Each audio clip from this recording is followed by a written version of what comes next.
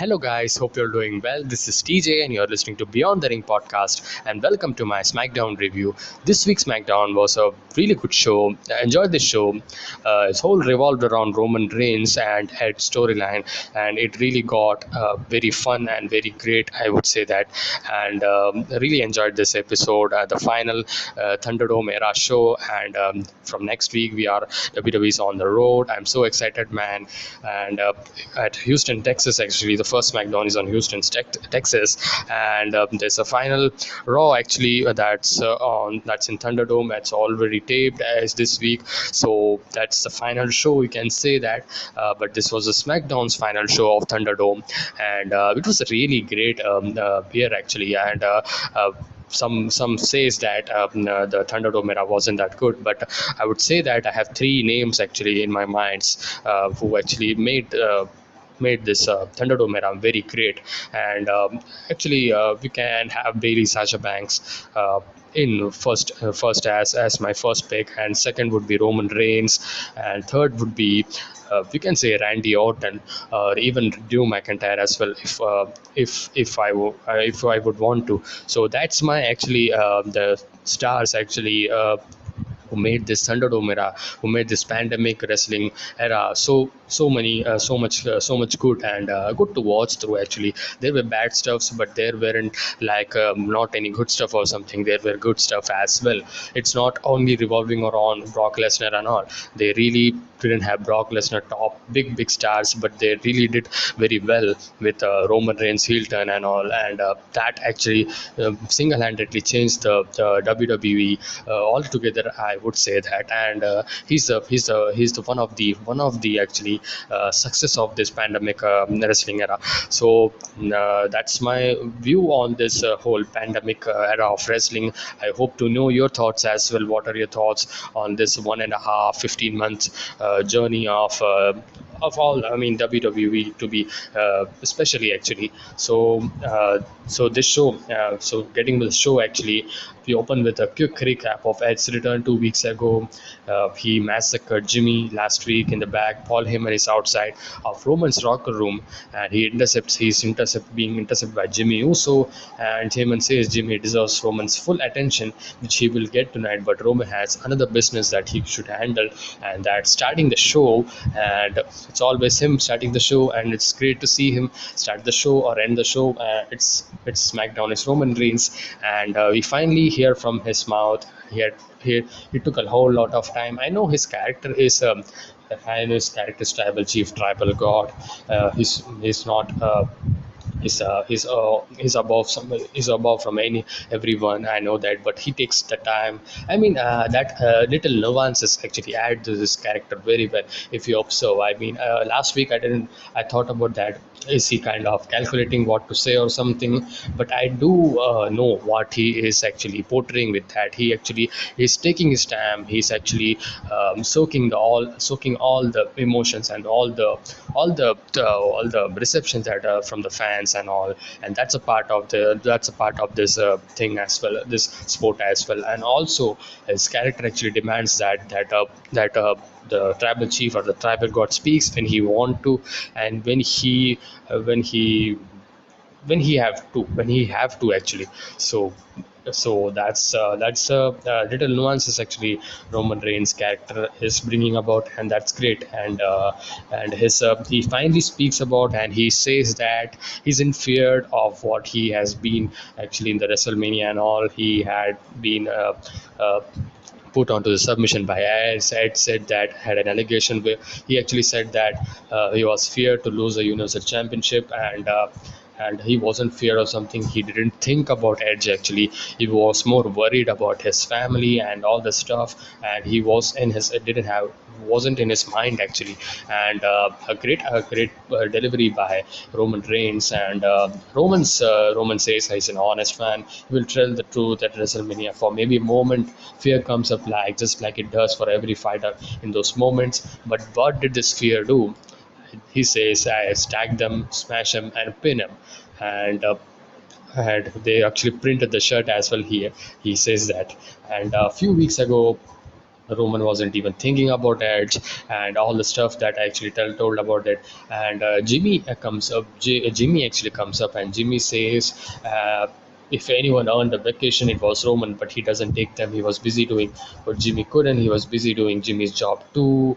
I don't know what the job it is, because Jimmy also was stating that he was running away from this situation and putting Usos in the jeopardy actually. And Roman's right hand man is back, but this right-handed man is back actually as Jey Uso returns. A really great segment become so much great right now, because this whole bloodline storyline was getting to played out, and he's in the end. I would they actually say that we want to become seven-time tag team champions, and I want to hold on to this universal title reign, whatever years I actually want to. On the same page, they hug it out each other, and they says no one can touch them. If they do it Roman's way, everyone drops the mics and we get a group hug. So the bloodline is strong enough, and they are back, and they are solid right now. And I don't know why they played out that dissension angle or something. They sure want to just lure viewers, so that's why they did it. I know that,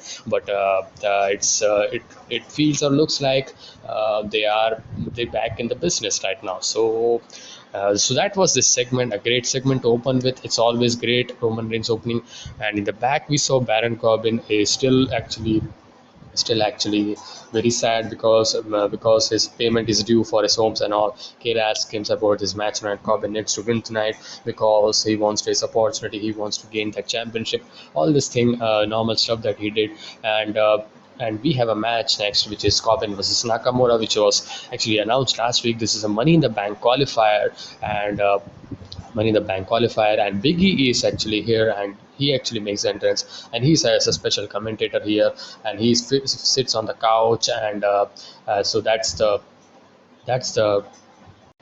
and we have been shown the last week segment where his car was actually uh, taken down by some bank or something, because of unable to pay them the mortgage or something. I don't know why. What he's been in WWE so much of years. He's completely broke, and he's completely bankrupt right now, and he's completely out of money. So he wants to gain this, so that's much more importance for him to gain this Money in the Bank briefcase, and hopefully cashing in successfully this time. And that's the motto of Baron Corbin.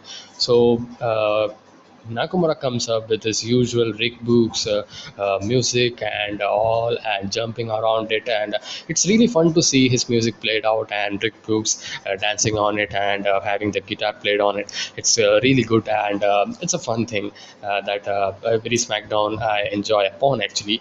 I don't know who actually enjoys this stuff, but I don't know why, but I do like it, this thing. And we get to the first match, is the Money in the Bank qualifying match: Shinsuke Nakamura versus Baron Corbin. A good match, I would say. Yeah, pretty good match. You can say that. Wasn't that a very must watch or something, but repeated match that's being shown over and over again. Nothing new actually. That's the thing, and it was easy to watch through. I mean, pretty good would be, or it would be a overstatement as well, if you think so. And Corbin actually began with half Nelson Gutbuster, Cole, and Biggie remind everyone of the Money in the Bank concept and how it works and all. And we also have Nakamura out with him. Nakamura actually Corbin, it's a suplex onto the announce table.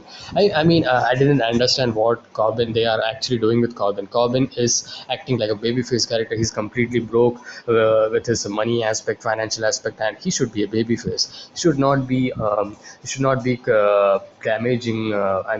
Attacking kind of stuff. He should not this kind of character. He should be kind of having a sympathy right now. I mean, I do know that Shinsuke Nakamura they didn't want to turn heel Shinsuke Nakamura.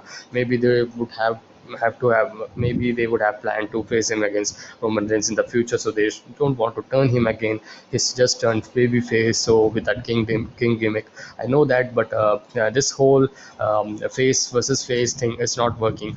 I don't know why, and the character wise it wasn't that great, but still we've been seeing these matches for so many weeks. But this time it's very different. Corbin is slightly turning into face, but not a complete face or something. He's still a heel, you can say that, pretty much 80 to 90%, you can say that. And by his moves and by his all this thing, he still cuts a promo like he ain't got nothing or something, like he's a very naive kind of superstar. He doesn't know anything kind of thing. So in the end, we saw Nakamura wants a Kinshasa but runs into a clothesline, kicks from Nakamura, now more knees than a Kinshasa, hits that obvious win that Nakamura. Actually, I was sure that Nakamura.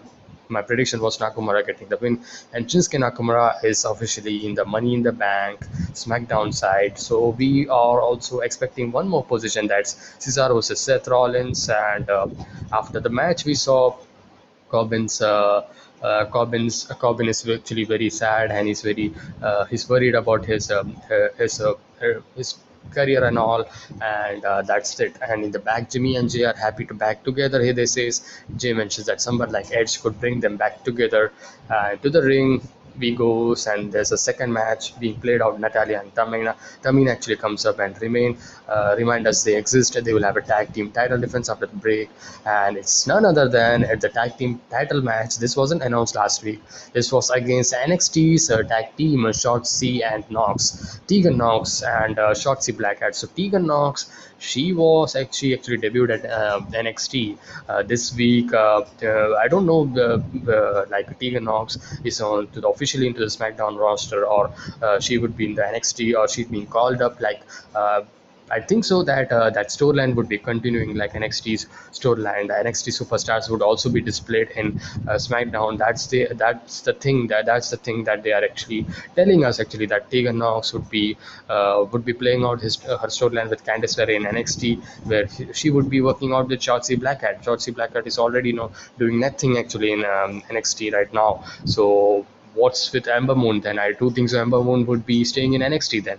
Yeah, as a single superstar, she certainly can go for the women's championship. She already have gone for once, but she can do that. I mean, she would be a singles, very good singles superstar. I mean, Shotzi and Knox are the official tag team, or just, but it feels like it's an official tag team because they got the victory, man. I mean, I had a gut feeling like this debut and this situation and all, and this 1 week away from the fans coming back, I do expect that Shotzi and Knox are gonna win, because I don't know, man. I mean, Natalia and Tamina, they were starting they were good as a tag team champion, but I mean, I don't like them. Like they turned heel then, and I'm not liking it. And but still, it's a championship match that's getting formed because Shotzi and Knox getting the victory. Nothing to say that much. Shotzi and Knox look good here. Their NXT experience really made this match great. With the innovative maneuvers, innovative offenses, tandem offenses. Good debut for Tegan and Knox, but still the match itself wasn't that great or something. A good debut for Shotzi and Knox, nonetheless, I would say that. And I hope so. They actually if they are going with the tag team situation, let them go with them, and I hope so. They would be winning as well. Who knows? Would be winning the tag team championship from Natalia and Tamina. These two old women isn't making this women's tag team championship good. Man, remember when Bailey and Sasha Banks actually created this championship's caliber, and such a great representation they had. And man, nothing to say about, but I hope Bailey actually recovers speedily, and hope she comes back better than ever. And she's out with a torn ACL injury, out for 9 months, and we expect that kind of in April next year, 2022. So maybe after WrestleMania, uh, you should see her return or something. So that's a very big blow for WWE, because she was a big superstar for in the women's division actually. So I'm glad it was not SmackDown Women's Champion, because if they had made her a SmackDown Women's Champion, that would have been bad condition, because they would have to be then doing the tournament or something, and that could have been worse. But it's not was like that, so it's good.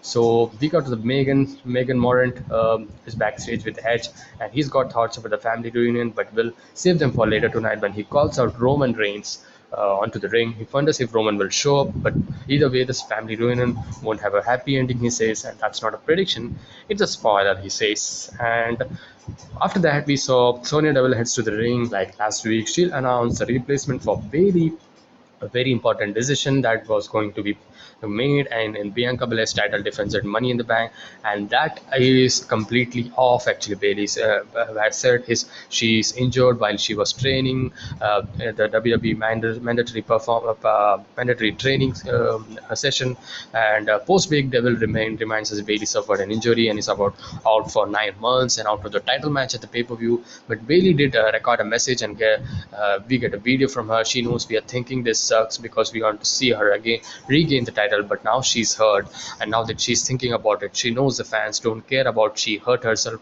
training to be better for the fans, and it's all their fault. And she turned it around very well. Like she actually appreciates the fans because to be better in the wrestling department, and she also had all the blame onto the fans. Great stuff and great character work there. It doesn't matter who replaces her because they are not good as her, she says.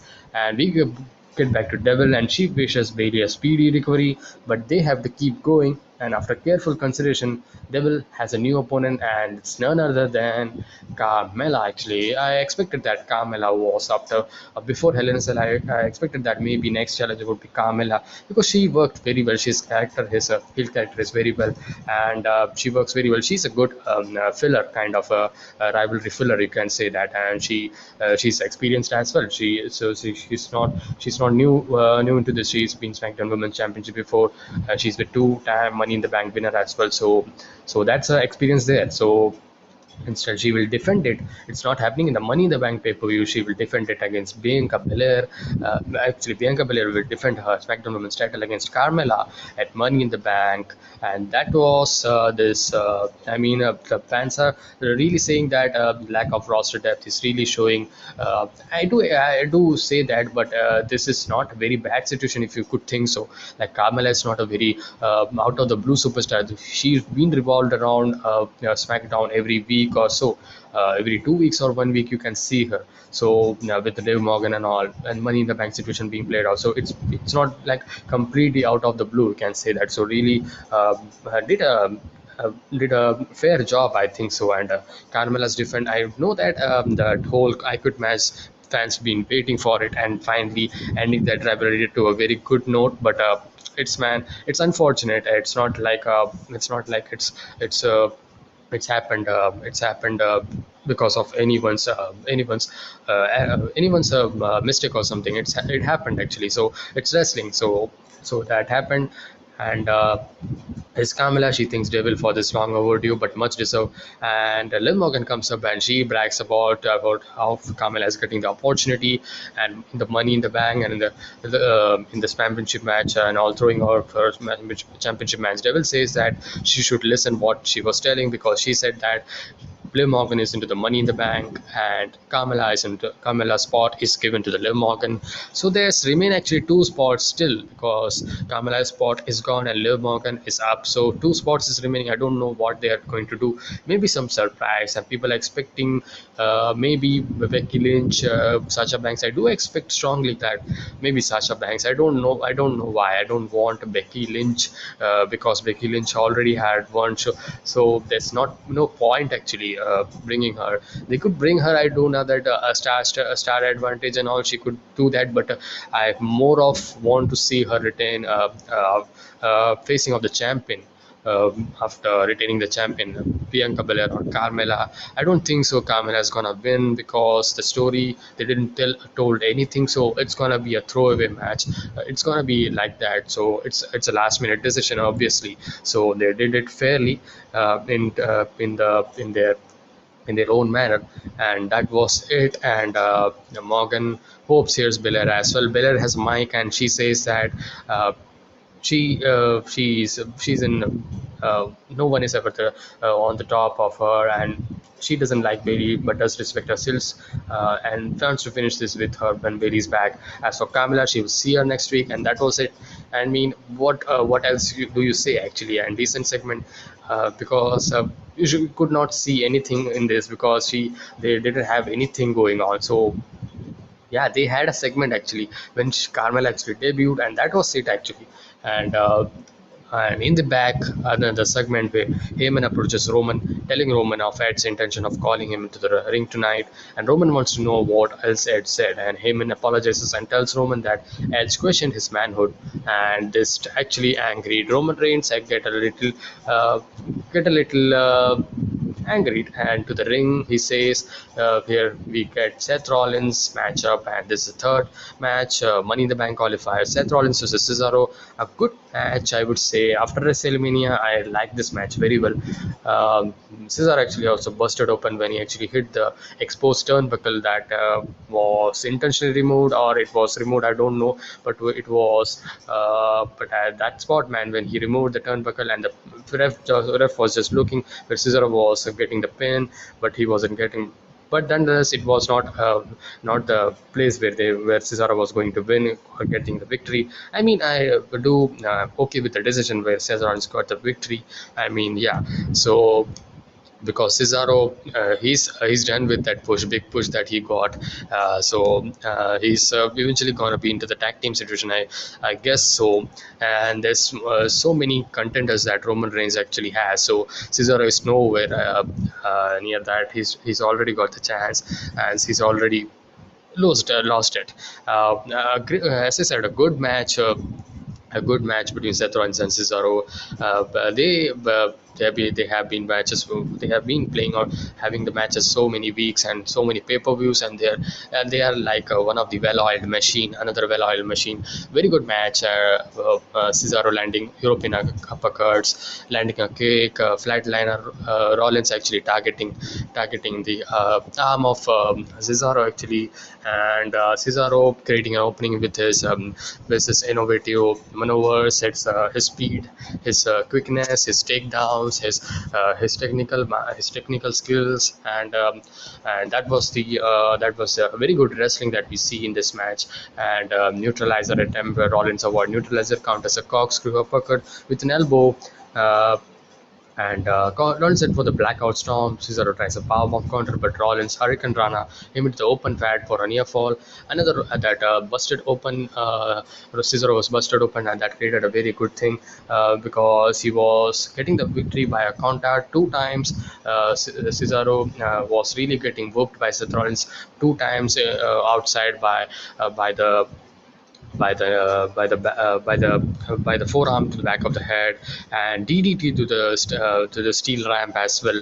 So really hard, a well worked match, a very stiff match, a hard to watch war match as well. She was actually Cesaro was actually bleeding profusely, and in the end we saw Rollins misses a heads out DDT. Cesaro on the entrance ramp gets back in the ring trying for a count out win. Cesaro does get up back to the ring just before the 9.7 or 9.8 ish, you can say. Rollins misses a back out storm. Cesaro with a roll up tries a sharpshooter, but Rollins kicks him off. Cesaro hits an uppercut, but he was collapsed because of the blood pouring down, and because he wasn't able to focus on because of the blood pouring out from his head. And Don's bounce off the ropes to the blackout storm and get the victory. And I do hope that Seth Rollins is going to be getting the victory, because when we see the Smackdown side, you should have some big star that's could be that's should be there. So I expected that. So when we see right now in Raw side, we have Drew McIntyre as a top big star. He's not the Money in the Bank winner, I do know that, but still. But still, Seth Rollins is the superstar for SmackDown side. If you see, and if you now see the side of Money in the Bank card, it's Ricochet versus John Morrison versus Riddle versus Drew McIntyre from the Raw side, where we have from SmackDown side Big E, Kevin Owens, King Nakamura, and Seth Rollins. I mean, favorites are Riddle and Big E. I expect so they could be getting the victory. I mean, WWE has been playing so many favorites right now in Royal Rumble, in Money in the Bank before as well, and I can expect like Big E winning or something, but. I don't want that. I do want another guy who want to get 50. So I would not say now because I will be making the prediction video tomorrow, discussing totally about this detailing the matches and telling the thoughts and who I want to win and what should be the forward, and I would be telling that. And from the women's side, we are seeing like Asuka, Naomi, Alexa Bliss, Nikki Cross from Raw side, Liv Morgan and Zelina Vega is from SmackDown side. So two more spots that's available, and we have Bobby Lashley versus Kofi Kingston for the WWE Championship from Raw side, Rhea Ripley versus Charlotte Flair's Raw Women's Championship match, and Roman Reigns versus Edge, and that we know for the WWE Universal Championship. So that's the card right now, man. Looks good, man. I mean, it could be a good, very good pay-per-view. Fans coming back. I mean, I'm very excited for Money in the Bank, and yeah, I yeah, that's I'm waiting for so much. I mean, I'm speechless actually. I don't know what I want to say because I'm so happy that fans are coming back in every corner of wrestling promotion. Tomorrow is Ring of Honor Best in the World as well, so that's a good card as well. Well, it's a very great time to be a wrestling fan because if you have not watched 15 months or so, you could really watch and started watching from now on because the fans are coming back. It had its fair share of errors. I do know that, but it's still good. And we aren't finished actually. And as we saw a video package on the path of destruction of Otis destroying this Street Profits, and just a storyline update there. And the next was the main event segment, Edge calling out Roman Reigns. And before that, we get an announcement for next week's SmackDown in front of the live fans. SmackDown, very first SmackDown, crowds returning at Houston, Texas, and a women's title match that's actually confirmed, Bianca Belair versus Carmella. And a fade of four-way actually of between SmackDown participants, and great booking there. I mean, you gotta give it when you do well. So great, very. I mean, I'm so expecting this match to be very good. Fatal four-way, Seth Rollins and Kevin Owens, Big E, Nakamura, main event players, and I mean. It's not a championship match, but we are kind of seeing the championship caliber match. Who's going to be getting the momentum towards the Money in the Bank pay-per-view? So that's good. Uh, Raw side, maybe we'll be seeing like a tag team match or something, 6-man tag that we expect. Yeah, this time always this thing is actually plays out like a 6-man tag or something, but this time it's different. I do like that. So great, man.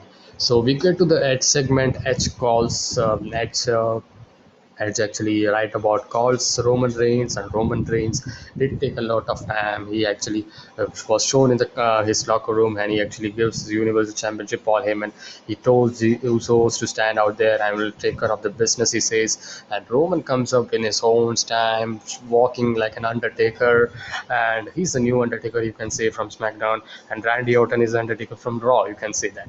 So, but after teaming with Riddle, is very different right now.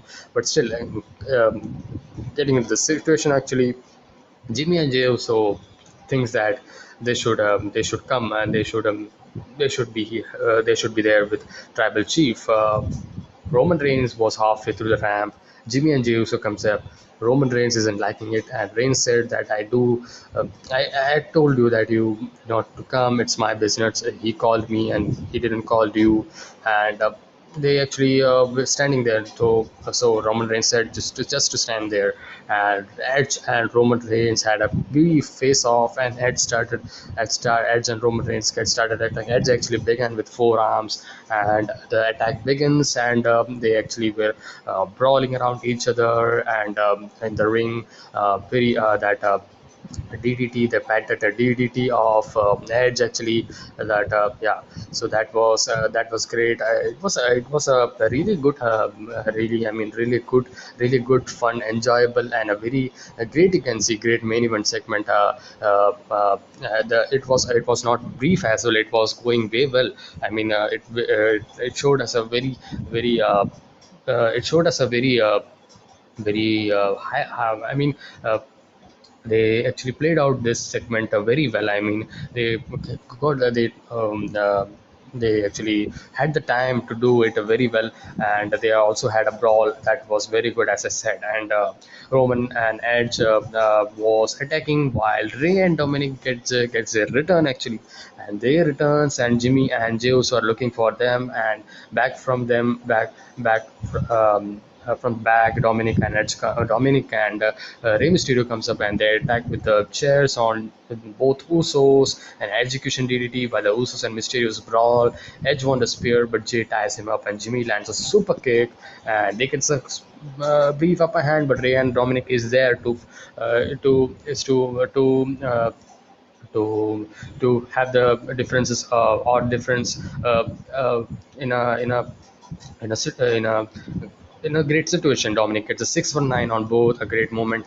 Usos and Ed spears Jay, so faces were getting the upper hand. Edge heads out of the ring and gets a chair leg again, and he was that was going to do this whole thing, the deja vu, and he gets Jay into that cross face assisted kind of that putting that chair leg onto the mouth. And I mean, this is a great thing, man. This should be a kind of a staple. This is a new thing that we actually saw last time. I actually remember like this was when Johnny Gargano also actually was put on by that knee clutch onto Tommaso Ciampa, and I do remember that that was a innovative kind of submission.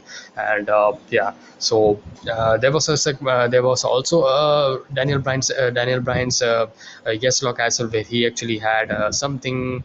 Yeah, I think it was a chair or something, I do remember. Yeah, so great. I mean, it's had a very niche kind of thing, and so far the storytelling has been great, the promos have been great. It's been real danger for Roman Reigns if he would lose a championship, because even though he's got the bloodline stronger, but it's situation also is not like he's not going not nowhere like he's got Rey Mysterio and Dominic, so maybe they would be there kind of making the difference at the championship match.